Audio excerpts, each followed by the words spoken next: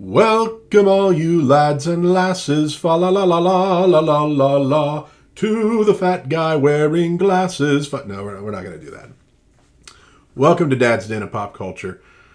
Today, I want to talk about a real Christmas a real Christmas classic that I worry is going to become a sort of forgotten film as time goes by.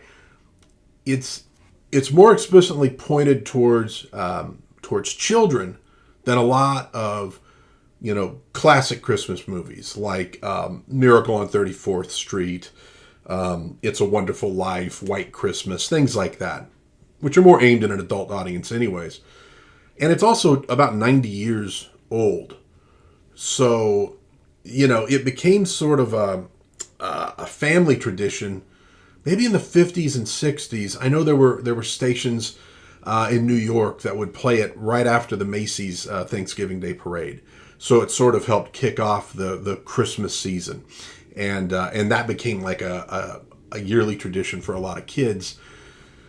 And a lot of channels would play it over the holiday season. It was, I think it was a cheaper film that they could show, which is always something that, local TV stations, I guess even affiliates were looking for. But it kind of wormed its way into the consciousness of at least a couple generations. But, here we are in short attention span streaming world. And, something this old, again, that a lot of adults even aren't maybe going to go, it's like a kid's movie. I don't want to watch that. Well, if they're not watching it, they're not going to introduce it to their kids. So I'm afraid it could sort of get lost in the shuffle as we go on. So, March of the Wooden Soldiers was originally released in 1934 as Babes in Toyland. Now, at some point it got re-released as March of the Wooden Soldiers. And in that form, somebody believed it was in the public domain. And so they cut a little bit of the music numbers out of it, not much. And you started seeing it show up in a lot of places, and it would show up like on cheap VHS tapes that you'd find maybe in the grocery store or convenience store. Now, ultimately, they realized that, in fact, it's not in the public domain. It is still owned by the folks who own the rights to Babes in Toyland. But it's sort of become an orphaned copyright, as they say. So it's still available widely as March of the Wooden Soldiers out there. You can find several different versions of it on YouTube, which is great because it means at least it's easy to access and people have an opportunity to watch it. Now in Europe, at least in one country, it was released as Revenge is Sweet, which kind of gives you an idea of the European mindset at the time. Remember, in 1934, we're only 5 years before the beginning of World War II, and Hitler was appointed chancellor in 1933. So by 1934, he was probably already up to his tricks, and I think a lot of people smelled what was going on or what was coming in Europe. So maybe they weren't in the best of moods. Now, the movie was produced by the great Hal Roach at his Hal Roach Studios, well known for Little Rascals, for Laurel Hardy, etc. And of course, Laurel Hardy star in this film. Directed by Gus Mines and Charles Rogers, from a script by Frank Butler and Nick Grind, based on the operetta Babes in Toyland by Victor Herbert. Gus Mines was a cartoonist, later a comedy writer, and then director.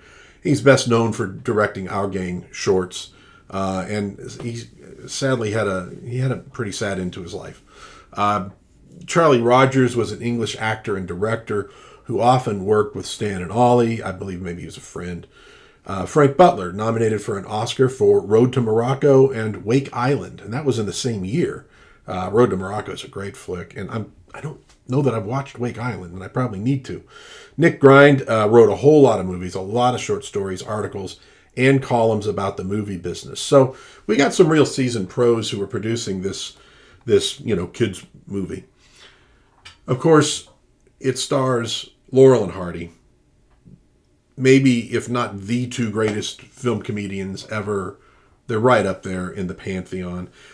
And they're two silent comedians who managed to make the transition to sound which and became maybe even better and even more popular, which I don't think you could really say for Chaplin, for Harold Lloyd, for Buster Keaton.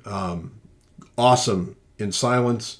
They didn't have as big a career in the talkies, but man, Laurel and Hardy, they maintained the slapstick. They added a new dimension with the dialogue, and they were as great as they ever were in sound. So in this film, they play Stanny Dumb and Ollie D.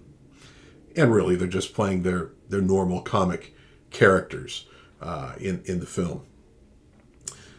So let's talk a little bit about the plot, which is obviously not super important since this is primarily, designed for the comedy of Laurel and Hardy, plus some sort of childhood whimsy spectacle, which it delivers on. Movie starts a little slow. We get a song by Mother Goose, and then she introduces us to Toyland. Fabulous, huge set that they built of this Toyland, which is like it's a land populated by nursery rhyme characters primarily. Like I said, very, very whimsical. Apparently, it was incredibly brightly colored. I guess Stan Laurel later lamented that they hadn't spent the money to actually shoot it in color because it was such an impressive set. That's how it goes. So we get to meet all these different characters, including the three little pigs who are deeply, deeply disturbing in this film. The story points involving them are kind of disturbing, but also they have these wonderful pig masks that are, a little bit nightmare fuel. And I think this is one of the reasons that adults might want to watch this, especially if you're an adult who sort of likes weird, odd things, because it does have that element to it. We also get a early live action appearance of Mickey Mouse, which is a monkey in a costume. So I like to refer to him as Monkey Mouse. I don't know if this was done with permission of Walt Disney Studios. I assume it was. But also quite odd. He's getting chased around by a guy dressed up as a cat. So it's got that weird 30s edge to it that a lot of folks, I think, they tend to kind of smoosh together the 30s and the 40s. Black and white. People wear fedoras or something like a fedora. That cars look similar, and they kind of lose the fact that they are fairly different in terms of style and tone. The 30s was the Depression. It was the ramping up to global war. Now, obviously, the early 40s was the actual war. But it's also the post-war period, which was a lot better. And it's, I think films in the 40s, because of what was going on, were trying to be, a little more peppy and rousing. And, we're going to beat the Germans and the Japanese and yay. And the 30s has a harder edge. As much as there were spectacles, and this film is one of them, but they were big musical spectacles, to get people's minds off the Depression. You also have the great gangster films, and even in some of the comedy, there's a harder edge to people at that point in time. Over the course of the 40s, they softened quite a bit, and even more so in the 50s.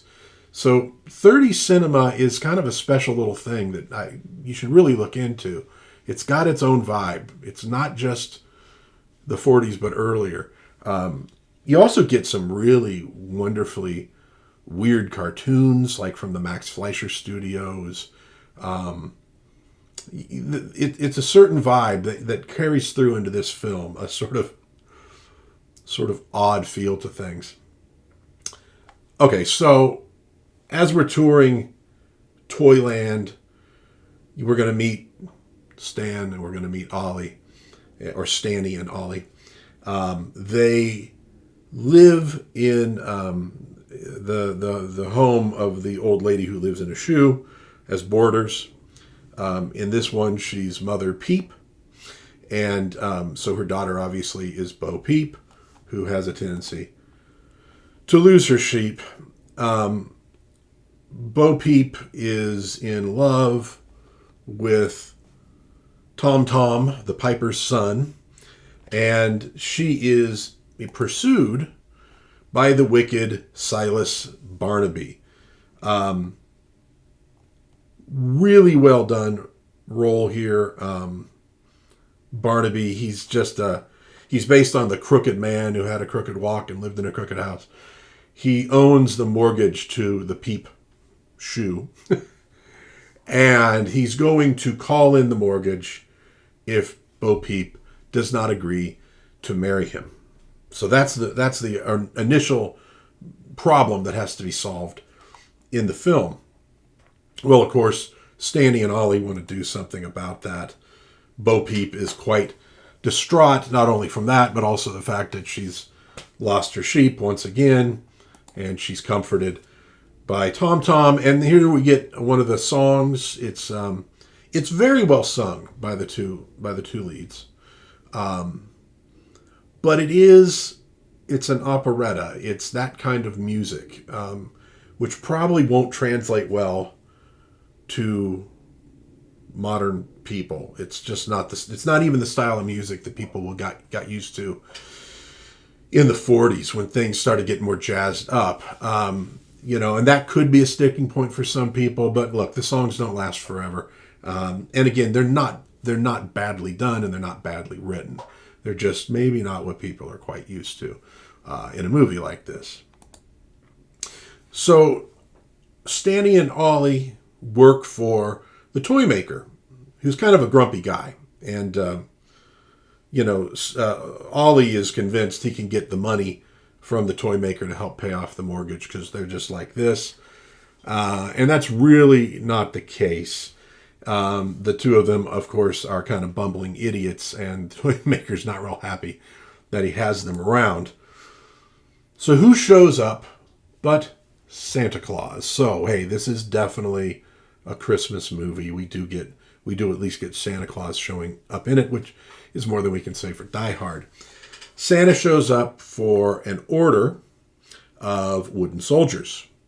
Well, Ollie took the order, and what he wanted was 600 soldiers at 1 foot high, and Ollie screwed it up, and they built 100 soldiers at 6 foot high.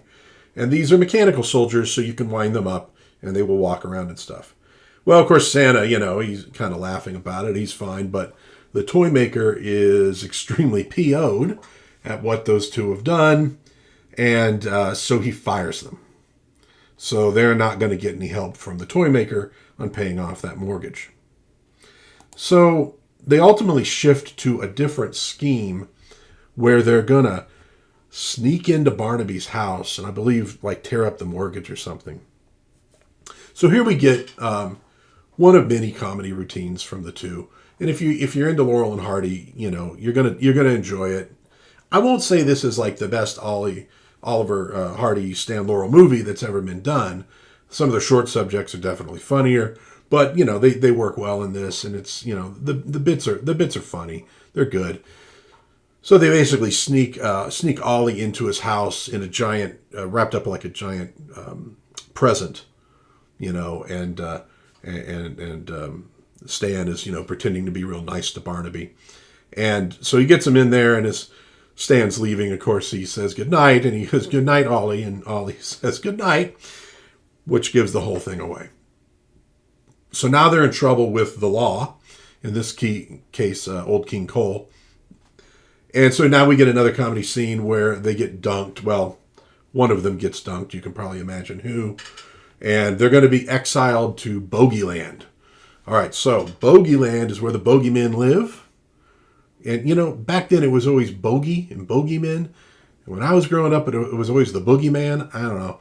Things change over time. So this is terrible country that's right next door to Toyland. It's underground. So I guess you could say it's under Toyland. Some more fantastic sets. And the bogies, I'm sure, were probably terrifying to little kids at the time, just like the flying monkeys were, and all the crazy monsters on Doctor Who. I can imagine those things definitely freaked some kids out. So, oh no, you know what? They weren't exiled. I'm already getting this wrong. This is what happens when you have a 50-year-old memory. Before that happens, they come up with a new plan, which is the marriage is going to go through. I mean, they did get dunked, and the only thing that stopped him, I think, from getting exiled was Bo Peep says, "I'll marry Barnaby if he'll drop the charges," which he does. So it looks like there's no hope.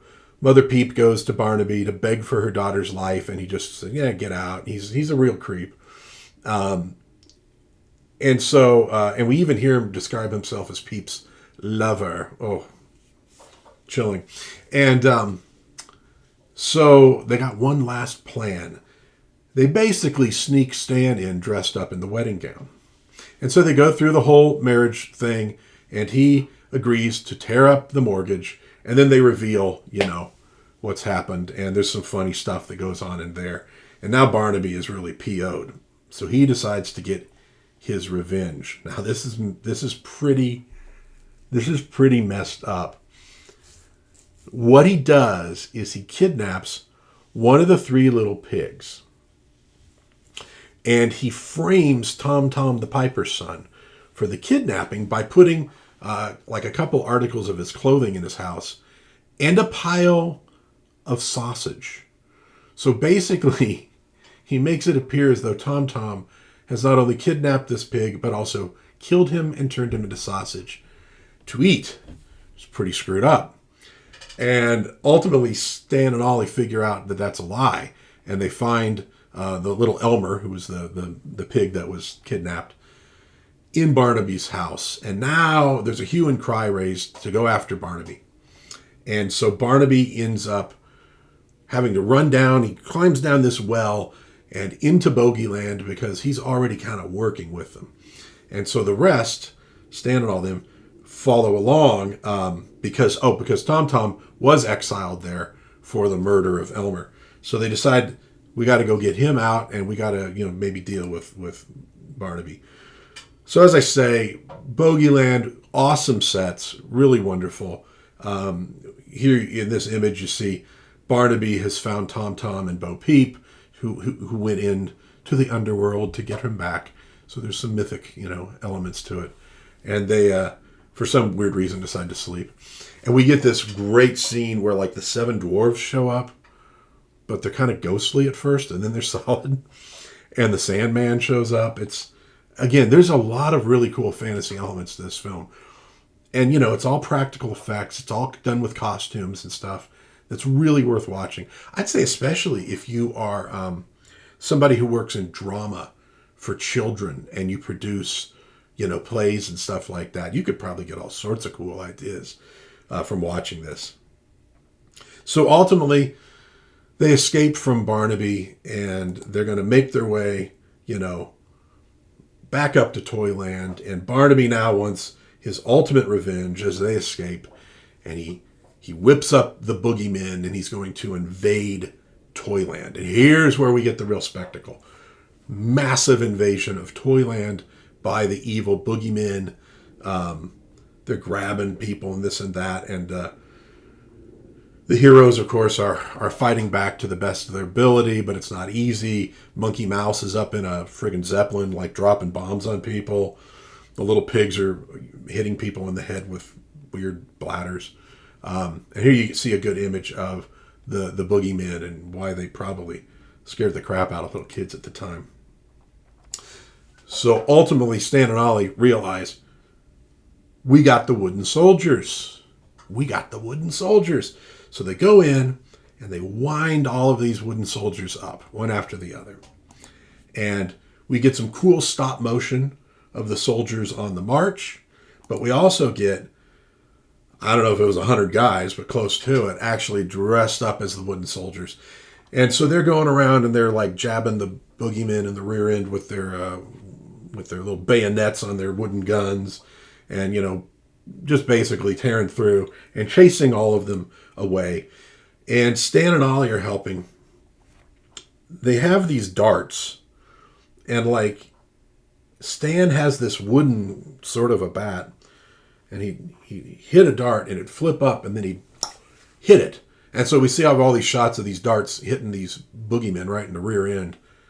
It's a nice effect, and you're going, golly, if you got that wrong, and don't hit like the probably cork or pad or whatever, it probably would have hurt quite a bit. So you got all these boogeymen running around with darts sticking out of them, and the wooden soldiers going after them, and they ultimately push them all back into Bogeyland, and that's the end of the evil Barnaby. And now Toyland is a happy place, and everybody rejoices, and Bo Peep and Tom Tom, the Piper's son, are going to get married, and we all live happily ever after. Now, I'm going through this whole plot because, again, the plot itself it's not like it's a complex plot that you're going to be, oh my goodness, I can't believe he ruined this for me. It's about watching it. You got the comedy routines from Laurel and Hardy, which are good. Again, it's not the greatest stuff they ever did that was committed to film, but they're solid and they're funny. And these two they're in their prime. They're doing what they do best. You got genuinely well done songs that may not appeal to folks nowadays, but hey, get outside your comfort zone once in a while and try something else out. You also have absolutely amazing sets to just consider, and it's kind of the same with The Wizard of Oz. Somebody had to build these things. None of this was just lying around, and they're incredible. And you have all the costumes and the pigs who are crazy and creepy looking, but very cool. And Monkey Mouse and all that stuff. It's a movie that you just got to see to really believe. And there are colorized editions. I don't know if they looked at any kind of color photos to figure out how to do it right, but I generally prefer black and white to colorize. It's just me. But again, look at the size of that shoe, that the Peeps live in. That thing is huge. You see these little kids sitting up on top, which if you zoom in, it's the little Rascals, Stymie and Spanky and Petey and the lot. Scotty, who one day will be on Rocky Jones' Space Ranger, and himself come to a rather sad end. But of course, they worked at the Hal Roach Studios. So unbelievable sets. And then you get this giant, crazy sort of, rated G battle scene at the end. Obviously, nobody's being bloodied and injured. It's more done for comedy and slapstick, but it works, and it's really spectacular. And I think that's what it comes down to with this film is it doesn't have any amazingly, deep messages to it other than just don't be evil. We should take care of one another and be kind to one another, which you would expect in a kid's movie at the time.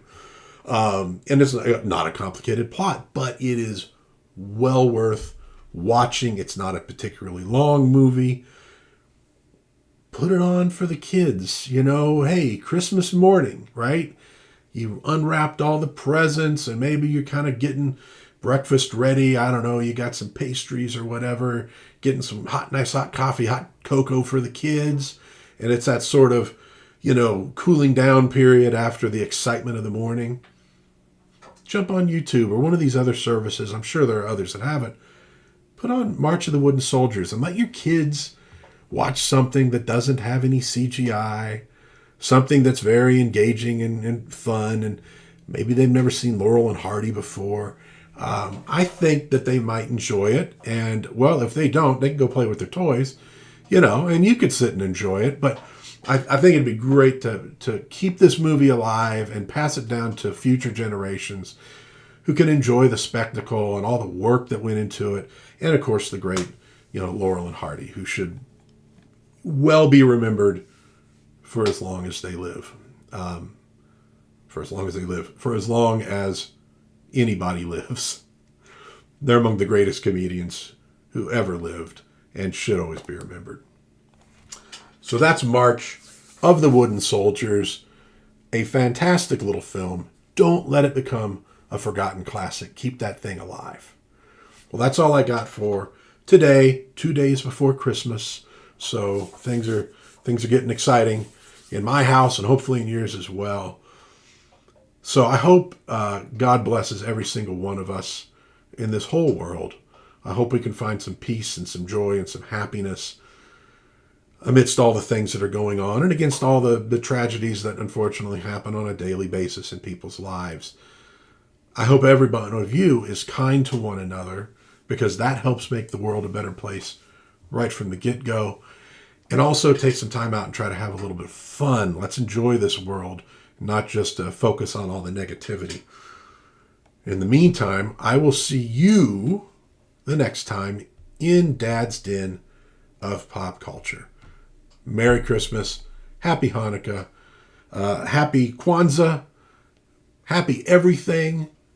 God bless us, everyone.